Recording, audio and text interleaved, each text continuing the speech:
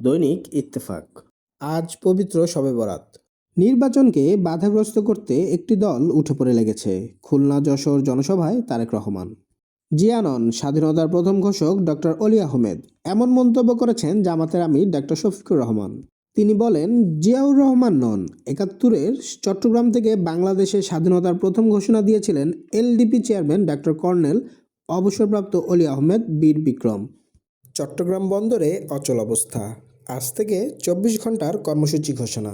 রাজধানীর পূর্বাচল নতুন শহর প্রকল্পে সরকারি প্লট বরাদ্দে দুর্নীতির অভিযোগে দায়ের করা দুটি পৃথক মামলায় ক্ষমতাচ্যুত সাবেক প্রধানমন্ত্রী শেখ হাসিনাকে ১০ বছরের কারাদণ্ড দিয়েছে আদালত।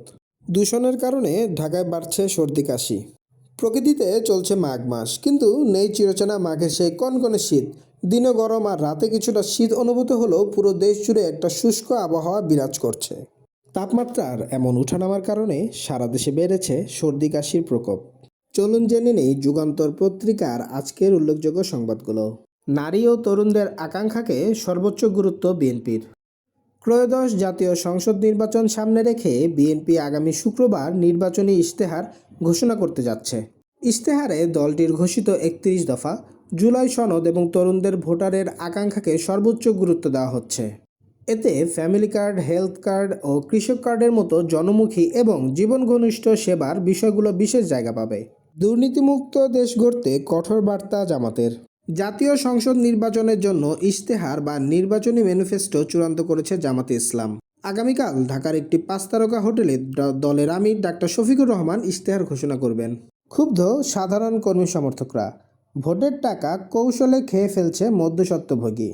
অতীতের মতো এবারের নির্বাচনেও টাকার খেলা চলছে, মন্তব্য বদিউল আলম মজুমদার।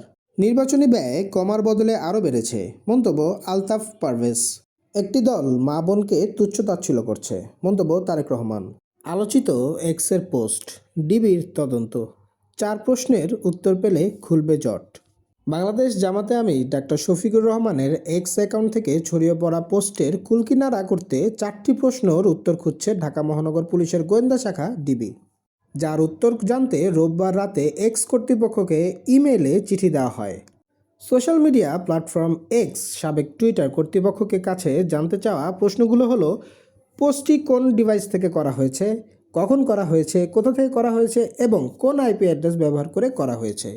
তদন্ত সংশ্লিষ্ট কর্মকর্তারা বলেছেন, এই ৪টি প্রশ্নের জবাব পেলেই আলোচিত পোস্টের জট খুলবে।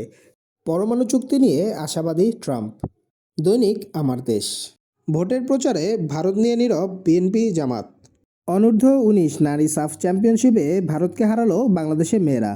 একটি দলের মিথ্যাচার মানুষ বুঝে ফেলেছে, জনসভায় তারেক রহমান। তিনি আরও বলেন, সরকার গঠন করলে প্রথম দায়িত্ব হবে দেশ পুনর্গঠন। বিশাল নারী সমাজকে পেছনে রেখে দেশ সামনে নেওয়া সম্ভব নয়। চট্টগ্রামের সীতাকুণ্ডে সোমবার জনসভায় বক্তব্য দেন জামাতে আমির শফিকুর রহমান। তিনি বলেন, সামনে মোকাবেলায় সাহস না পেয়ে চাঁদাবাজরা আমার পিছে লেগেছে। ১৩ ফেব্রুয়ারি থেকে জনগণ নতুন বাংলাদেশ পাবে। ক্ষমতায় গেলে কোনো আমলাকেই বাদ দেওয়া হবে না। বিএনপির প্রার্থী কাইয়ুমের বৈধতা চ্যালেঞ্জ করে নাহিদের রিট। বিদেশি নাগরিকত্বের তথ্য গোপনের অভিযোগে ঢাকা ১১ আসনে বিএনপি মনোনীত প্রার্থী ডাক্তার এম এ কাইয়ুমের বৈধতা চ্যালেঞ্জ করে রিট দায়ের করা হয়েছে। ১১ দলীয় জোটের প্রার্থী ও জাতীয় নাগরিক পার্টির আহ্বায়ক নাহিদ ইসলাম এই রিট দায়ের করেন। প্রতিদিনের দৈনিক পত্রিকার গুরুত্বপূর্ণ সংবাদগুলো জানতে আমাদের চ্যানেলটি সাবস্ক্রাইব করে সাথে থাকুন।